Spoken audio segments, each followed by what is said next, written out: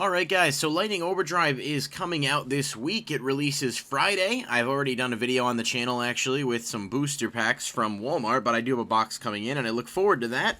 I've also picked up a bunch of market stuff, some new singles and whatnot, pre-orders, and I'm going to do a whole video talking about what I think is a good thing to pick up from Lightning Overdrive a little bit later this week as I wait to see where the prices settle closer to release.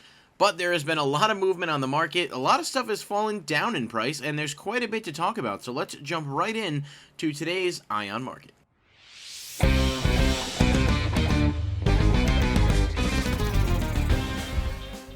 Alright, so starting things off today, Red Eye's Dark Dragoon has fallen quite a bit from its $85 price point a week or two ago, down to $65.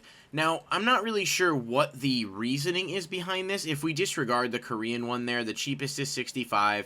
They go to $68, $72, pretty quickly back up to $70, but this is still a decent fall from where it was, and it does look like it's trending down as people try to compete to make sales. My first thought is that it's probably due to Banlist speculation. Now, I don't think this card should be banned, however, some people do, and some people may fear that it is going to get hit, so just food for thought on that. Whether or not it's actually going to go anywhere one way or another, you would have to wait and see. If you have one, or multiple, maybe, and you have thought about moving them, it's a calculated risk. You're either going to make a solid return and it's going to get banned, or it's not going to get banned, and likely it will go back up unless it gets a reprint. So I would personally say maybe just wait on this. I don't think they're done selling it yet, so I don't think it's going to get hit when the July list does drop, but stranger things have happened before. Divine Arsenal Zeus has gone down a little bit too. Not as much as I would have thought, but people are starting to look at either A, potential hits for this. I don't think it'd get banned, but maybe limited, because some decks are playing multiple and it doesn't really have those once per copy restrictions. Or it could be Megatin speculation, or both, down to about 70, 63 with $5 shipping here. I don't know if this seller is selling anything else, so you'd have to look around. But I think this will fall out a little bit more. I'm not really sure whether or not I would say keep it or hold it, but I think it will be in the Megatins. This seems like a pretty solid card to put in there. And obviously, even though I've gone on record and said I do think some cards will miss, I think Zeus should be a pretty solid candidate, and I would imagine it'll get an ultra rare print in the Megatins. So just wanted to point out that one. Forbidden Droplet, we know, is getting a reprint both in OTS 16 and in Battles of Legend, whatever the new Battles of Legend is called. It is down to about $99, so it's down roughly 10 to 15 bucks as people try to start looking at moving copies. Just having more of these on the market will impact the price. I don't think it will be impacted much by the, Ultimate Rare reprint, because generally those don't affect things. However, the Battles of Legend reprint definitely will. Whether or not it's shorted in Battles of Legend will definitely impact that too, but I think, it does have a chance of also being in the Megatins, though I would wager that as it is announced for Battles of Legend, there is a good chance it does miss the Megatins, so, some food for thought on that. We just have a lot of high-value cards, and I'd be surprised if they all ended up in here, but I guess we'll see what happens. Nadir Servant is down quite a bit, down to $60 for Near Mint First Ed from its $80 market price. It had gone up and down. That's a big drop-off. This does feel like a lock for the tins, one of the main selling points for it, as I imagine all of the Dogmatica stuff will be in there. Maybe something will miss it. I guess I could see, like, Fallen of Hellpass missing it or something if they want to put him in something else, but I think it's a safe bet that we get all of these in here. At 60, I would say, if it's something that you anticipate playing, you're better off to just hold it. You already have it, you won't have to chase it down, and you have it highest rarity. If you don't look to play it anytime soon, you might want to move them now sooner rather than later. Obviously not really giving financial advisement, just telling you what my mentality would be, but since a reprint does loom, and as we get closer to the return of competitive play and all of that, and I'm imagining that more people will be going after them, you might be able to make some sales here at that price and prevent yourself from losing too much. Because when this is confirmed for reprint, I do anticipate it dropping to like 45 bucks, and, maybe rising over time, but I think that's a pretty safe bet. Chamber Dragon Maid, thankfully, is falling out as well. $60 for the near mint on this as well. It was up to 100 like a month ago, so this is a nice drop. I'm not sure whether or not we see this in the Megatins or if we see it somewhere else, but it's a really good card. It's obviously got the whole waifu thing going for it. People like these cards a lot, and I'm, happy to see it becoming a bit more affordable. as Dragon Link does explore some other strategies, playstyles. It really depends on what your personal preferences are. If this misses the Megatins, I think it shoots right back up, but I think there's a good chance it's in there.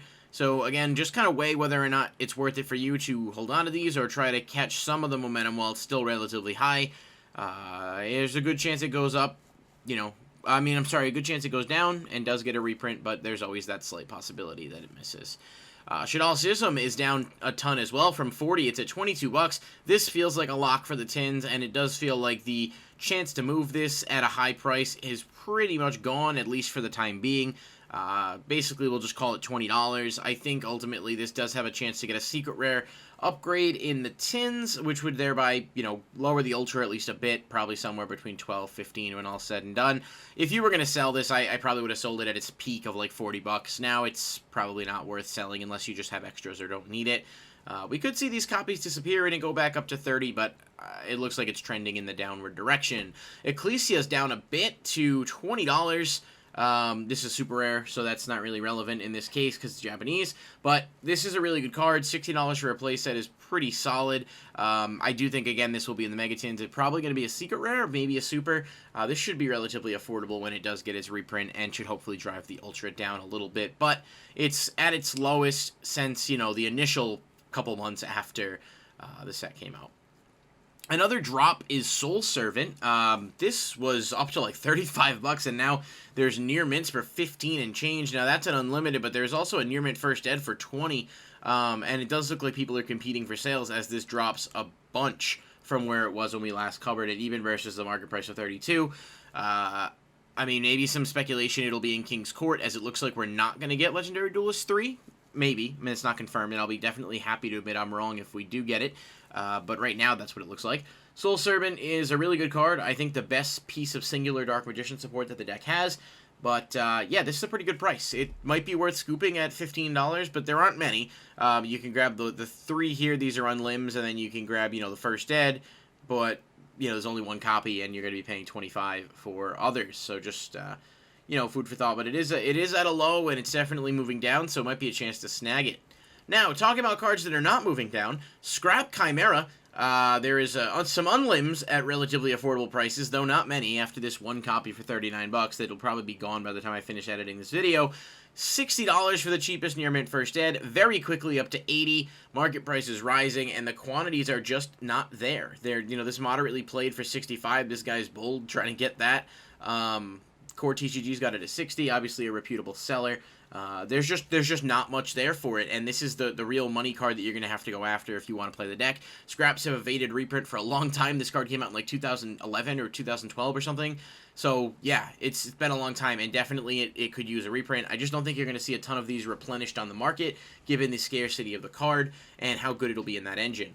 Scrap Yard, still pricey, but actually down versus market price at $16.99 on Unlims, and First Ed's slightly played, about 20. I think near mints are probably still around 35, but you can absolutely get this card if you're okay with Unlimiteds at a much lower price point than you were looking at. So this is going to be a must-have for the deck utilizing Raptor and Chimera. At least you can breathe easy knowing this isn't up to $75 like the other ones are. And I do have to think that one or both of these have to be primed for some kind of a reprint in the near future.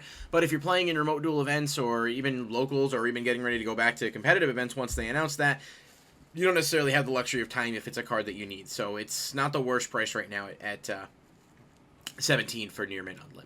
Number 39, Utopia Double is up a bunch. I'm glad I picked up a few previously to this.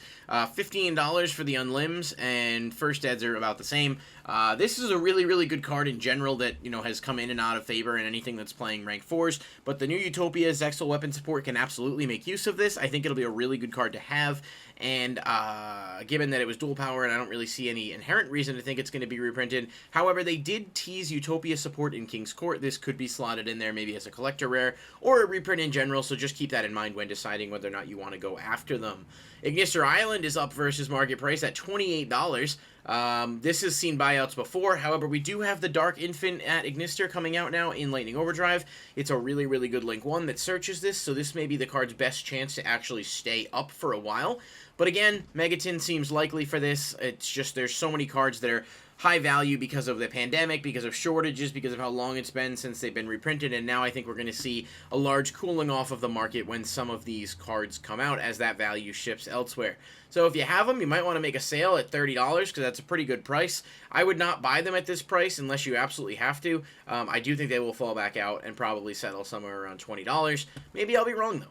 War Rock Mountain is down in price. Not shocking. That support's really bad. It's about $3, give or take, because you can combo shipping on this, so it's not a huge deal.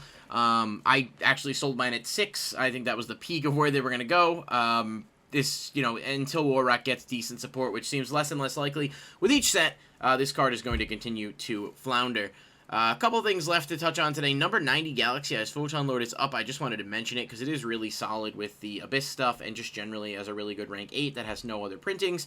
It's at about $35, give or take, for the Near Mint First Ed. And it's Battles of Legend Relentless Revenge. Exclusive cards from Battles of Legend sets have typically not been reprinted, at least not quick. I don't think any of them, actually, that are like super noteworthy, like Minerva or Golden Castle or this, or any of those cards have gotten reprints yet. So it remains to be seen whether or not they'll do that, or maybe make like a Battles of Legends special edition or something at some point. Scrap Wyvern still pretty cheap, all things considered. It will absolutely be played in the Scrap Engine or Scrap Deck. Right now, about $3.75, so let's call it $4. If you don't have them already, I would grab them sooner rather than later if you plan on playing the deck, because I do think it could go up more. Gravedigger's Trap Hole from Eternity Code is up versus its market price. It's about $30. It's a really, really good card, and I think this has to do with Trap Trick support getting released officially. This seems like, again, like a likely candidate for reprint of the Megatins, but we don't know, and I'm still of the belief that not everything is going to make it in. It's an insanely good card that I think has been a sleeper card for a while. It's really... you know, up to you if you want to pay these prices. I will say, as a card that's as good as it is, if it does continue to fall into favor and be played, the Secret Rare First Ed will be a solid hold down the road, but right now you are going to be paying a premium if you want them. And lastly, today we got two more cards. Rank Up Magic Soul Shave Force is up a ton, $14. I have no idea why. And it looks like that may actually be like the market price, so maybe I'm a little late to the bandwagon on this, but it's the first time I've seen it. This is a good card, without a doubt, but like, it's really pricey, and it's not being used in anything as far as I know, so my guess is that it's just Raid Raptor being a fan favorite deck, there being, you know, Rank Up Magic Searchers now that are more prevalent, and maybe people are just looking for ways to utilize this with the new Utopia support. And lastly, Quintet Magician's another one from Dual Power. It's just a really pricey card at $15. I remember this being like $3 or $4. Haven't really looked at it in forever, and someone pointed it out today, and I'm like, well, that's really strange. But here it is. It's a good card. I mean, it's obviously got solid interactions with Magical Eyes Fusion and decks that play a ton of spellcasters. Late game, it's pretty good, and if it does, you know, you do make it with 5 spellcaster monsters with different names, you can nuke your opponent's field. So it's got a lot going for it, and it's, you know, it can't be kaiju'd or destroyed by card effects. So it's a neat card. Again, looks like maybe could be in the Dark Magician, the King's Court set. It is Dark Magician support. He's on the card mostly. It's clearly inspired by that, so just something to think about. Hopefully you guys enjoyed today's Eye on Market. Just wanted to catch up on some things over the weekend. I do have a video coming out later this week for Lightning Overdrive, just to kind of talk about where I'm choosing to put my money and where I would recommend perhaps putting yours. If you did enjoy the video, please like and subscribe for more content, and I'll see you in the next video.